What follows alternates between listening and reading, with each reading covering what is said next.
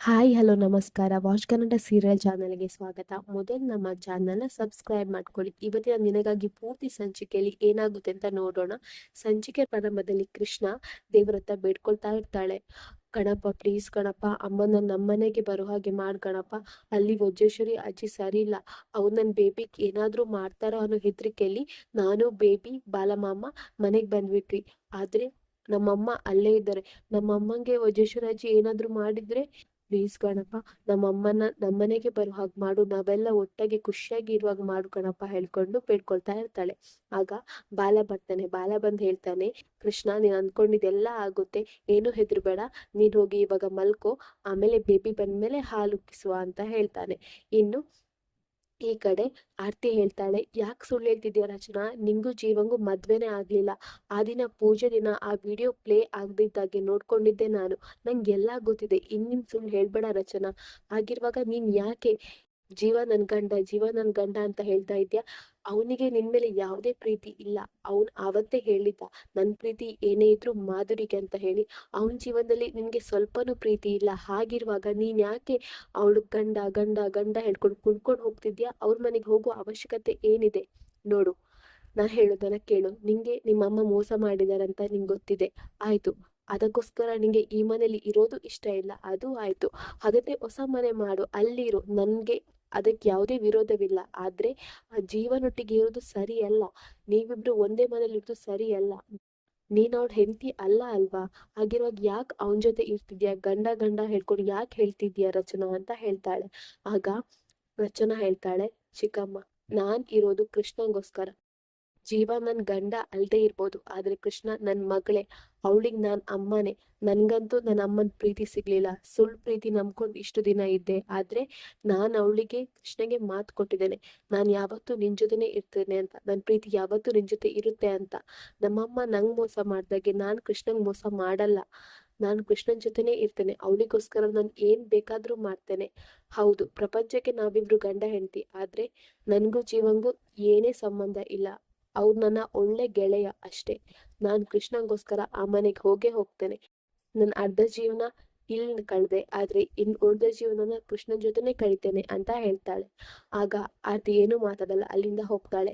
ಇನ್ನು ಈ ಕಡೆ ಜೀವ ಮತ್ತೆ ಬಾಲ ಮಾತಾಡ್ತಾ ಇರ್ತಾರೆ. ಬಾಲ ಹೇಳ್ತಾ ಇರ್ತಾನೆ, ಕೃಷ್ಣ ಇನ್ನು ರಚನನ್ನೇ ನೆನಪಲ್ಲೇ ಇದ್ದಾಳೆ. ಅವಳಿಗೆ ನಾವ್ ಎಷ್ಟೇ ಪ್ರೀತಿ ತೋರಿಸ್ತಾ ಇದ್ರು ಅವಳಿಗೆ ರಚನಾ ಪ್ರೀತಿ ಬೇಕು ಅಂತ ಅನಿಸ್ತದೆ ಜೀವ ನಂಗೆ ಅಂತ ಹೇಳ್ತಾನೆ. ಆಗ ಜೀವ ಹೇಳ್ತಾನೆ, ಅದನ್ನೆಲ್ಲ ನಾವು ಸರಿ ಮಾಡ್ಬೇಕು. ನೋಡು, ರಚನಾ ಅವ್ರು ಯಾವತ್ತೂ ನಮ್ಮ ನಂಬಲ್ಲ. ಅವರಿಗೆ ನಾವು ವಿಡಿಯೋ ಮೂಲಕ ತೋರಿಸಿದ್ವಿ ನಿಮ್ಮಮ್ಮ ಏನಂತ, ಆದ್ರೆ ಅವ್ರು ಒಂಚೂರು ಅದನ್ನ ನಂಬ್ಲಿಲ್ಲ. ಅವ್ರಿ ಏನು ನಂಬಲ್ಲ. ಅವ್ರೆಲ್ಲದಕ್ಕೂ ಕಾರಣ ಹೇಳ್ತಾರೆ, ನಮ್ಮಮ್ಮ ಹಾಗೆ ನಮ್ಮಮ್ಮ ಹೀಗೆ ಅಂತ ಹೇಳಿ. ಒಂದ್ ವೇಳೆ ಅವ್ರು ನಮ್ಮನೆಗ್ ಬಂದ್ರು, ನಾನಂತೂ ಮನೆ ಗೇಟ್ ಹತ್ರನು ಅವ್ರನ್ನ ಸೇರ್ಸಲ್ಲ. ಯಾಕೆ ಅಂತ ಹೇಳಿದ್ರೆ ಅವ್ರಿಗೆ ಇನ್ನೂ ಅರ್ಥ ಆಗ್ಲಿಲ್ಲ ಅವ್ರಮ್ಮ ಏನು ಅಂತ ಹೇಳಿ. ನಾವೀಗ ಮಾಡ್ಬೇಕಾಗಿರೋದು ಕೆಲವೊಂದು ರೂಲ್ಸ್ ಅನ್ನ ಫಾಲೋ ಮಾಡ್ಬೇಕು ನಮ್ ಜೀವನದಲ್ಲಿ. ಅದ್ ಏನಂದ್ರೆ, ರಚನನ ಯಾವುದೇ ಸಿನಿಮಾ ಹಾಡು ಯಾವುದೇ ಟಿವಿಯಲ್ಲಿ ಬಂದ್ರು ಕೃಷ್ಣನ್ಗೆ ತೋರಿಸ್ಬಾರ್ದು. ಟಿವಿ ಆಫ್ ಮಾಡ್ಬೇಕು. ರಚನನ ಪೋಸ್ಟರ್ ಇರುವ ಯಾವುದೇ ಪೋಸ್ಟರ್ ರೋಡಲ್ಲಿ ಎಲ್ಲ ಇದ್ರು ನಾವು ಕೃಷ್ಣನ್ಗೆ ಅದನ್ನ ತೋರಿಸ್ಬಾರ್ದು. ಆದಷ್ಟು ಕೃಷ್ಣನ ರಚನೆಯಿಂದ ದೂರ ಇಡ್ಬೇಕು. ಆವಾಗ ನಮ್ ಕೃಷ್ಣ ಸರಿ ಹೋಗ್ತಾರೆ, ನಾವೆಲ್ಲರೂ ಖುಷಿಯಾಗಿರ್ಬೋದು ಅಂತ ಹೇಳ್ತಾನೆ. ಇನ್ನು ಈ ಕಡೆ ರಚನಾ ಮನೆಯವರೆಲ್ಲರೂ ನಿಂತಿರ್ತಾರೆ. ಆವಾಗ ರಚನಾ ಬಂದು ತೇಜ ಚಿಕ್ಕಪ್ಪನ ಹತ್ರ ಬಂದು ಹೇಳ್ತಾಳೆ, ಚಿಕ್ಕಪ್ಪ, ಅಪ್ಪ ಇಲ್ಲ ಅನ್ನೋ ಪ್ರೀತಿನೇ ನಂಗೆ ಗೊತ್ತಾಗ್ಲಿಲ್ಲ. ಯಾಕಂದ್ರೆ ಅಪ್ಪನ ಪ್ರೀತಿ ನೀವು ತೋರಿಸಿದ್ರಿ. ನೀವು ನನ್ನನ್ನು ತುಂಬಾ ಚೆನ್ನಾಗಿ ನೋಡ್ಕೊಂಡಿದ್ದೀರಿ ಚಿಕ್ಕಪ್ಪ. ನಿಮ್ಮ ಆಶೀರ್ವಾದ ಯಾವಾಗ್ಲೂ ನನ್ನ ಮೇಲೆ ಇರ್ಬೇಕು ಅಂತ ಹೇಳ್ಕೊಂಡು ಕಣ್ ತುಂಬಿ ಹೇಳ್ಕೊಳ್ತಾಳೆ. ಇನ್ನು ಆರ್ತಿ ಹತ್ರ ಬರ್ತಾಳೆ. ಆರ್ತಿ ಹತ್ರ ಬಂದು, ಚಿಕ್ಕಮ್ಮ, ನಂಗೆ ಗೊತ್ತು ನನ್ನ ನಿರ್ಧಾರದಿಂದ ನಿಮ್ಗೆ ದುಃಖ ಆಗಿದೆ ಅಂತ, ಆದ್ರೆ ನಾನು ಏನ್ ಮಾಡ್ಲಿ, ನನಗೆ ನಿರ್ಧಾರ ಮಾಡ್ಲೇಬೇಕು. ನನ್ ನಿಮ್ಮ ಆಶೀರ್ವಾದ ನನ್ನ ಸದಾ ಇರ್ತದಂತ ನಂಬಿದ್ದೇನೆ ಚಿಕ್ಕಮ್ಮ ಅಂತ ಹೇಳ್ತಾಳೆ. ಇನ್ನು ಮನೆಯವರೆಲ್ಲರತ್ರನೂ ಮಾತಾಡ್ಸ್ಕೊಂಡ್ ಬರ್ತಾಳೆ. ಇನ್ನು ನಾನು ಹೊರಡ್ತೇನೆ ಅಂತ ಹೇಳಿ ಮನೆಯಿಂದ ಹೊರಗೆ ಹೋಗ್ಬೇಕು ಅನ್ನುವಷ್ಟರಲ್ಲಿ ವಜ್ರೇಶ್ವರಿ ಹೇಳ್ತಾಳೆ, ರಚನಾ ನಿಲ್ಲು, ನೀನ್ ಮನೆ ಬಿಟ್ಟು ಹೋಗ್ತಿದ್ಯಾ ಅಂತ ಹೇಳ್ತಾಳೆ. ಆಗ ರಚನಾ ಹೇಳ್ತಾಳೆ, ಹೌದು, ನಾನ್ ಹೋಗ್ತಿದ್ದೇನೆ ಅಂತ ಹೇಳ್ತಾಳೆ.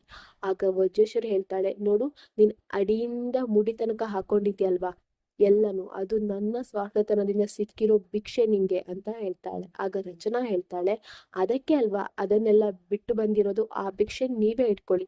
ನಾನೀಗ ಹಾಕೊಂಡಿರೋ ಸೀರೆನು ನನ್ ಗಂಡನ ಮನೆಯವ್ರು ಕೊಟ್ಟಿರೋದು. ನನ್ನ ಹತ್ರ ನಿಮ್ಗೆ ನೀವು ಕೊಟ್ಟಿರೋದು ನನ್ನ ಹತ್ರ ಏನೂ ಇಲ್ಲ, ಎಲ್ಲ ನಿಮ್ಗೆ ಬಿಟ್ಟಿದ್ದೇನೆ, ನೀವೇ ಇಟ್ಕೊಳ್ಳಿ ಅದನ್ನ ಅಂತ ಹೇಳ್ತಾಳೆ.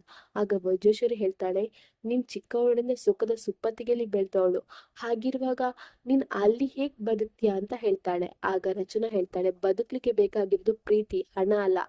ನೀವ್ ಅಂದ್ಕೊಂಡಿರೋ ಪ್ರಕಾರ ಹಣನೇ ಆಗಿದ್ರೆ ನೀವ್ಯಾಕೆ ನನ್ನ ಹತ್ರ ಈಗ ಅಂಗಲಾಚ್ತಿದ್ದೀರಾ, ಇಲ್ಲಿ ಇರು ಇರು ಅಂತ ಹೇಳ್ತಿದ್ದೀರಾ ಅಲ್ವಾ? ಬದುಕ್ಲಿಕ್ಕೆ ಬೇಕಾಗಿರೋದು ಪ್ರೀತಿ ಅಂತ ಹೇಳ್ತಾಳೆ. ಇನ್ ರಚನಾ ಹೇಳ್ತಾಳೆ, ತೇಜ ಚಿಕ್ಕಪ್ಪ ಆಸ್ತಿ ಡಾಕ್ಯುಮೆಂಟ್ ಎಲ್ಲ ರೆಡಿ ಮಾಡ್ಕೊಂಡು ಬನ್ನಿ, ನಾನು ಸೈನ್ ಹಾಕಿ ಕಳಿಸ್ತೇನೆ ಅಂತ ಹೇಳ್ತಾಳೆ. ಇಲ್ಲಿಗೆ ಈ ಸಂಚಿಕೆ ಮುಗಿಯುತ್ತೆ. ನಮ್ಮ ವಾಚ್ ಕನ್ನಡ ಸೀರಿಯಲ್ ಚಾನಲ್ನ ಸಬ್ಸ್ಕ್ರೈಬ್ ಮಾಡ್ಕೊಳ್ಳಿ.